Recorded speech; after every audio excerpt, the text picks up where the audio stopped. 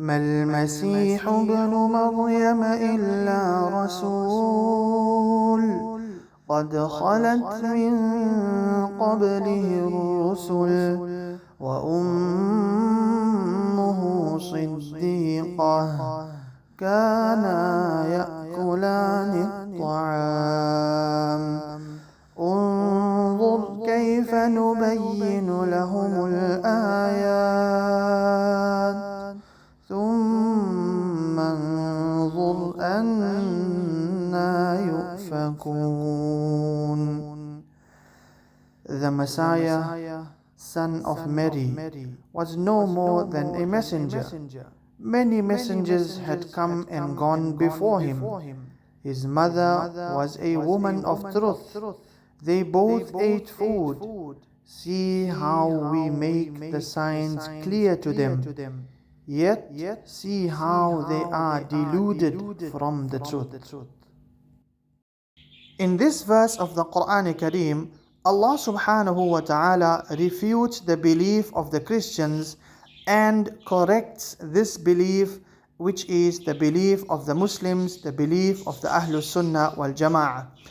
The Christians believe in Trinity. In the verse prior to this, Allah subhanahu wa ta'ala speaks of Thalithu Thalatha, wherein the Christians believe that Allah subhanahu wa ta'ala is a third of the three, meaning Allah subhanahu wa ta'ala is part of the three entities which the Christians believe to be God. The first entity is Allah subhanahu wa ta'ala. The second is Masih, which is Sayyiduna Isa alayhi salam, or Jesus Christ. And the third is Ruhul Qudus, or Sayyidatuna Maryam radiyallahu ta'ala anha, the mother of Nabi Isa alayhi salam. So Allah subhanahu wa ta'ala refutes this belief. May Allah subhanahu wa ta'ala protect us and keep us firm on the belief of Islam, the Ahlus Sunnah wal Jama'ah and the Muslims, and keep us guided and convinced with this belief for the rest of our lives. Nonetheless, the Christians believe that Nabi Isa alayhi salam and Sayyidatuna Maryam radiyallahu ta'ala anha are part of this Trinity, and they are partners of Allah subhanahu wa ta'ala in being God. Allah subhanahu wa ta'ala in this verse has refuted this belief and has given sufficient proof for an intelligent person to understand that Nabi Isa alayhi salam and his mother Sayyidatuna Maryam radiyallahu ta'ala anha are not God. They cannot be God. Allah subhanahu wa ta'ala firstly mentions Mal Masih ibn Maryam illa Rasul. Nabi Isa alayhi salam was not but just a messenger. And what kind of messenger? What kind of prophet was he? قَدْ خَلَتْ مِنْ قَبْلِهِ الرُّسُلُ. Just like those prophets that came before Nabi Isa alayhi salam, they were all human beings. They all had certain needs, and those needs of theirs were fulfilled like any other man's need or any other human being's need would be fulfilled in this world. Nabi Adam alayhi salam came, Nabi Nuh alayhi salam came, Nabi Ibrahim alayhi salam came, Nabi Yaqub alayhi salam came, Nabi Yusuf alayhi salam came, and the list goes on. So just the way these prophets came, these messengers came, these Anbiya alayhimus salatu wassalam came, they came into this world for a temporary period, they completed their mission and they left this world. In the same way, Nabi Isa alayhi salam came into this world, he carried out a certain mission, Allah Ta'ala has currently raised him to the heavens, and he will come back to fulfill his mission later on. So to prove this, Allah subhanahu wa ta'ala further says, كَانَا يَأْكُلَانِ الطَّعَامِ.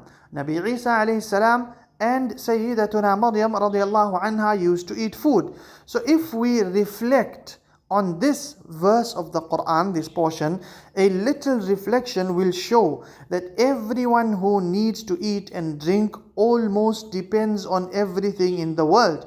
We cannot say that the earth, the air, the water, the sun and the animals are things what we do not need. Let's look into our own selves. For example, a grain of food that is outside our bodies.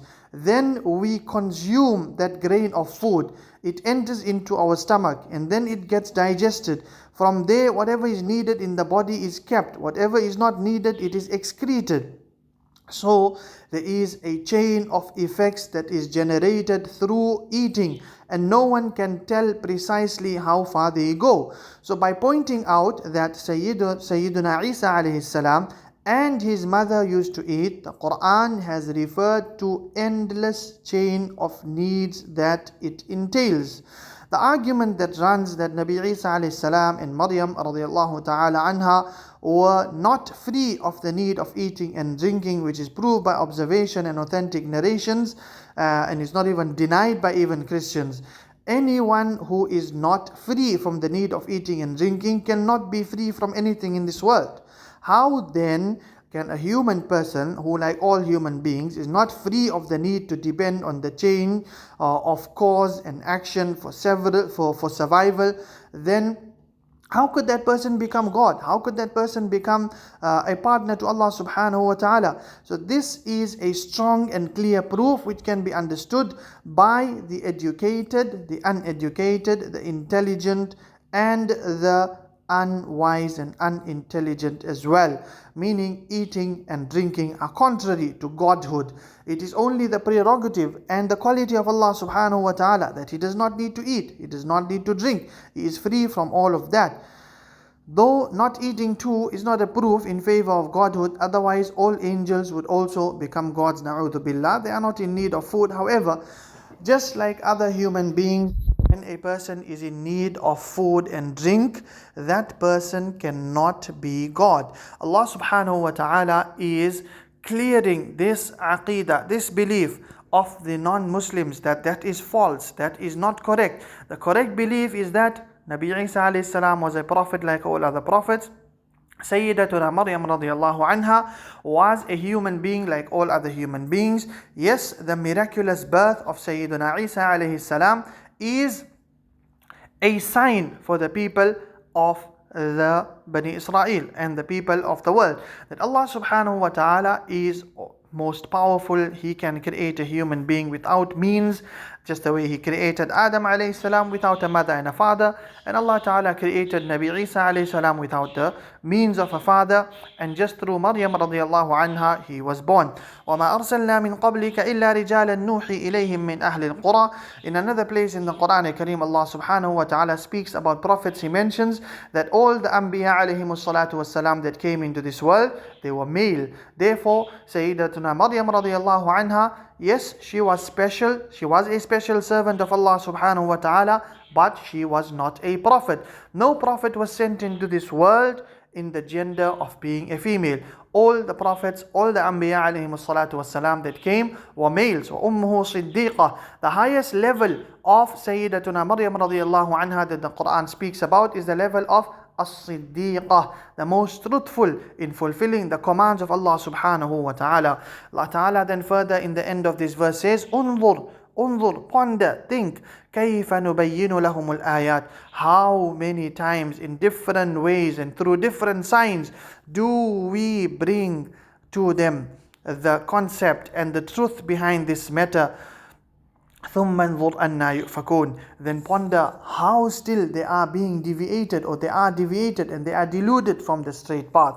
So this verse is critical in as far as our beliefs are concerned, that Nabi Isa alayhi salam is a prophet of Allah, just like all other prophets came. Yes, he was born without the means of a father. Allah Ta'ala commanded Jibreel alayhi salatu wassalam to put his ruh in the belly of Sayyidatuna Maryam radiallahu anha, and he was born from there with, of course, miraculously and with the power and greatness of Allah subhanahu wa ta'ala. And Maryam radiallahu anha, she was a pious woman, she was not a prophet, and the two of them are not partners of Allah subhanahu wa ta'ala in being God, in Trinity, etc. Allah subhanahu wa ta'ala refutes this belief and firmly establishes in the Qur'Ānic Kareem that Nabi Isa alayhi salam and Sayyidatuna Maryam radiallahu anha were normal human beings like me and you. Yes, they were given certain extra accolades from the Quran and titles. For example, Nabi Isa alayhi salam was also a prophet.